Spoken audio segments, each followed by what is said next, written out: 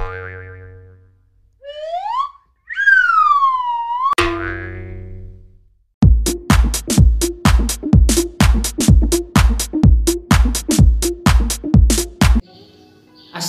warahmatullahi wabarakatuh. Hamdan wa syukranillah amma ba'du. Alhamdulillah, puji syukur kepada Allah Subhanahu wa taala. Tak lupa juga salawat bersalam kepada Nabi kita Muhammad SAW.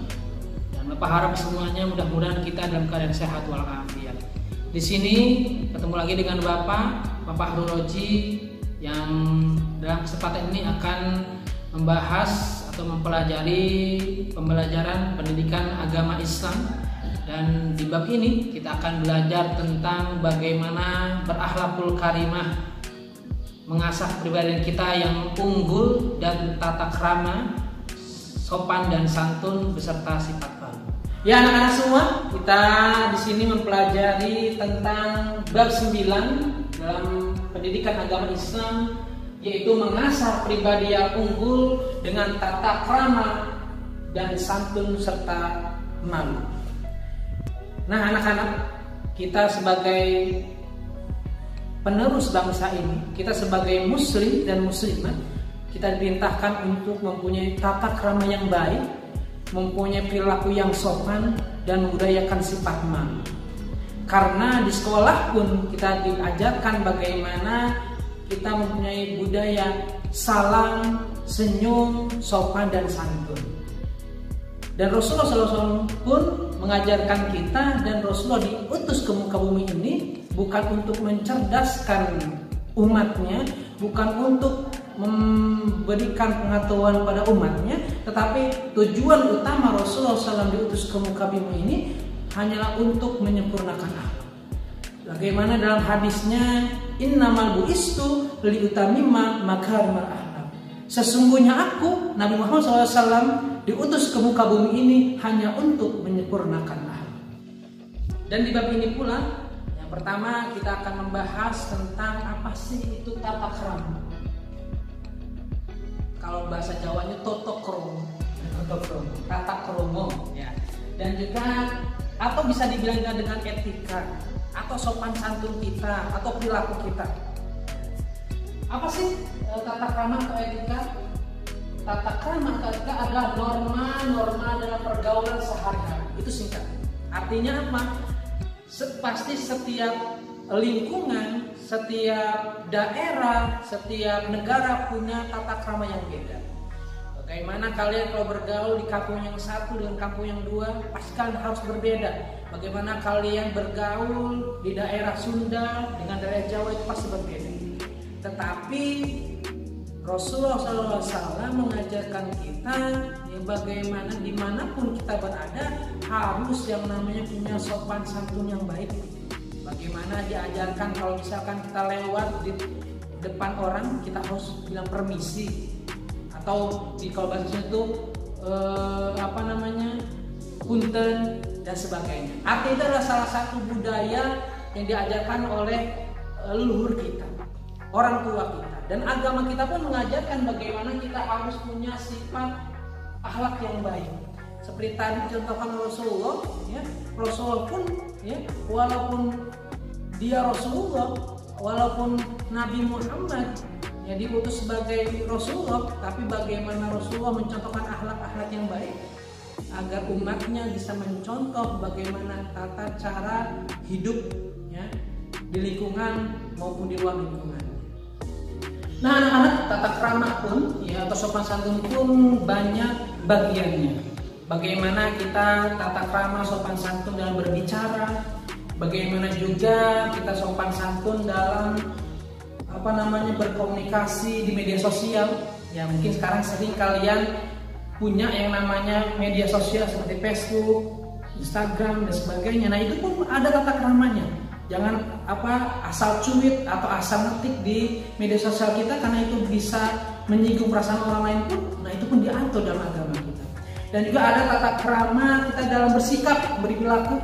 Mungkin berperilaku sama teman kalian di rumah, berperilaku sama orang tua, bagaimana berbicara yang sopan.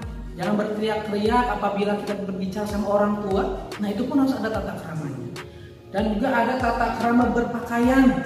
Ya, jangan sampai sebagai orang muslim kita berpakaian yang tidak pantas seperti orang muslimah yang baik. Bagaimana kalian diperintahkan agama kita memakai kerudung, menutup aurat. Nah, itu adalah satu tata krama yang diajarkan oleh agama kita, pun juga diajarkan oleh budaya di Indonesia. Bagaimana budaya Indonesia itu mempunyai sifat yang selalu menutup auratnya, karena budaya ketimuran itulah yang kita pakai. Bagaimana kita bersikap atau tata krama berpakaian. Apa sih contoh tata krama lisannya tadi? Ya, seperti misalkan kita berbicara dengan orang lain itu bagaimana dengan guru, jangan sampai guru berbicara kalian tidak memperhatikan. Misalkan dengan video ini ya kalian mendengarkan ya tidak melihat videonya, padahal apa?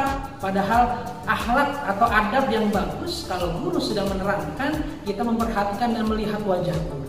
Nah, itu adalah salah satu bagaimana kita berbicara atau berkomunikasi dengan orang lain. Lalu tadi ya akhlak bagaimana kita menggunakan media sosial kita. Jangan sampai kalian punya Instagram digunakan dengan hal yang buruk, mencela, mencaci, menyebarkan berita-berita yang bohong. Nah, itu pun bukan akhlak yang baik, tidak diajarkan oleh agama kita. Atau tadi ya kita berakhlak atau perilaku sehari-hari, bersikap dalam lingkungan kita. Jangan sampai kita di lingkungan kita dicap orang yang buruk. Nah, itu adalah salah satu bagaimana perilaku yang baik. Seperti tadi ya, kita jalan di lingkungan orang ya harus permisi, harus sopan. Jangan sampai kita seperti kedebong kosong atau kedebong hanyut ya di di sungai, tidak ada kata-kata yang diucapkan. Atau yang terakhir dengan bagaimana kita berperilaku dengan pakaian kita, akhlak pakaian kita. Ya, perempuan harus memakai kerudung, muslimah yang baik, atau aurat. Laki-laki pun harus sopan, ya, karena auratnya perempuan itu ya atau selain wajah dan telapak tangan. Dan kalau laki-laki itu dari pusat sampai lutut. Nah, itu adalah satu tata krama yang kita harus praktekkan dalam kehidupan kita sehari-hari. Nah, lanjut yang kedua, kita di sini akan membahas tentang santun. Tadi seperti budaya di sekolah kita ada 5S, salah satunya santun. Bagaimana tadi apa sih santun? Kita balik. Apa sih santun? Santun adalah berkata lemah lembut serta bertingkah laku halus dan baik.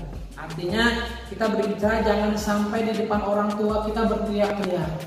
Jangan sampai kita berbicara dengan orang yang lebih tua kita berteriak-teriak. Jangan sampai kita berbicara sama orang lain dengan kata yang kasar. Nah, itu adalah salah satu bagaimana kita berbicara dengan sopan dan santun. Kenapa? Karena Allah Subhanahu wa taala atau Rasulullah SAW pernah bersabda, ada 70 cabang keimanan dan Allah lebih cinta dan lebih suka di dalam diri manusia, salah satunya adalah punya sifat santun dan malu. Kalau kita ingin dicintai oleh Rasulullah, ingin dicintai oleh Allah Subhanahu wa taala, maka sifat kita yang telah diberikan Allah sifat santun dan malu, nah kita akan terapkan. Kita terapkan bagaimana kita bersikap santun. Nah, anak-anak yang ketiga, kita akan membahas tentang malu. Apa sih malu? Malu di sini artinya adalah menahan diri dari perbuatan jelek, kotor, tercela dan hina. Nah, kalian jangan sampai mensalahartikan apa sih malu. Misalkan contoh, Pak, saya malu tampil di depan. Kan kata Bapak kalau malu itu sebagian dari iman, bukan artinya malu itu bukan seperti itu. Jadi malu di sini ada malu dalam perbuatan yang buruk, malu dalam perbuatan jelek, malu dalam perbuatan yang tercela atau yang hina. Tapi kalau perbuatan itu baik, perilaku itu baik, ya kita harus berani mengungkapkannya, mempraktekkan. Tapi kalau perilaku yang buruk, nah kita harus malu. Kenapa? Karena tadi Rasulullah SAW pernah bersabda, al-haya'u minal iman. Malu itu adalah sebagian dari iman. Artinya apa? Artinya kalau kita memang ada di diri kita iman, ada keyakinan adanya Allah, pasti kita malu untuk berbuat dosa. Pasti kita malu untuk berbuat tercela. Pasti kita malu untuk berbuat yang Allah tidak perintahkan. Nah, itu adalah pengertian bagaimana malu sebagian dari itu. Nah, dari akhlak-akhlak ini ya, dari pelajaran di video ini bagaimana sejalan dengan bagaimana perintah Rasulullah untuk sebagai muslimah, untuk sebagai muslim dan muslimah, sebagai orang Islam untuk menerapkan akhlak yang baik. Apalagi mungkin ya dalam masa pandemi ini kita sering di rumah, mungkin kalian sering berkomunikasi dengan orang tua, sering berkomunikasi dengan adik kalian, kakak kalian. Nah, praktekkanlah bagaimana kalian sebagai muslimah yang baik, sebagai muslim yang baik untuk berakhlak kepada orang lain. Salah satunya berakhlak kepada orang tua, berakhlak kepada adik kalian, berakhlak kepada kakak kalian. Bagaimana kalian berakhlak kepada orang tua kalau orang tua kalian menyuruh yang baik, meminta tolong dengan kalian, ya, kalian bantu dan kalian melaksanakan dengan ikhlas. Jangan sampai kalian berkata nggak mau embung dan sebagainya. Artinya apa? Artinya itu tidak mencontohkan akhlakul karimah yang diajarkan oleh Rasulullah. Dan juga bagaimana kalian berkomunikasi dengan kakak kalian dengan akhlak yang baik. Kalau misalkan kalian minta tolong sama kakak kalian dengan cara yang baik, kakak, aku minta tolong dong bantuin PR aku, atau jelasin dan sebagainya. Jadi arti dengan kata-kata ini. Atau dengan adik kalian pun seperti itu, disayangi atau minta bantuan sama adik kalian pun dengan perintah yang baik. Nah, itu adalah salah satu contoh bagaimana kita mempraktekkan ya keimanan kita dengan salah satunya berakhlakul karimah yang diajarkan oleh baginda kita Nabi besar Muhammad SAW. Mungkin itu sedikit bagaimana kita mempelajari bab 9 ini tentang akhlak yang baik, tata krama, sifat malu dan sifat santun. Nah, itu pun kita harus praktekkan dalam kehidupan sehari-hari. Mudah-mudahan dari hal tersebut bisa membawa kita menjadi pribadi yang lebih baik, tahu posisi kita, tahu keadaan kita untuk bagaimana berperilaku dimanapun kita berada, akan diterima oleh banyak orang lain karena kita mempunyai akhlak yang baik, perilaku yang baik, tata krama yang baik. Mungkin itu. Tapi sebelum nanti Bapak akhiri video ini, mungkin kita akan mengaji sedikit, belajar Al-Quran sedikit agar agar kita mendapatkan keberkahan ayat Allah atau Al-Quran di masa pandemi ini. Mudah-mudahan masa pandemi ini bisa melewat lebih cepat, bisa melewati masa pandemi ini dan kita kembali belajar di sekolah. Sebelum video ini Bapak akhiri, mari sama-sama kita mendengarkan atau membaca ayat suci Al-Quran, di mana ayat ini menerangkan bagaimana sikap kita sebagai muslim apabila terkena musibah atau terkena bencana yang diturunkan oleh Allah Subhanahu wa Ta'ala kepada kita atau kepada orang lain. Kalian boleh dengarkan saja atau ikuti, insya Allah pahalanya sama saja. A'udzu billahi minasy syaithanir rajim.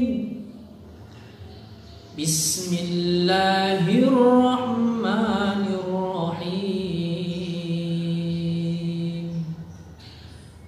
Alladzina idza asabathum musibah qalu inna lillahi wa inna ilaihi raji'un.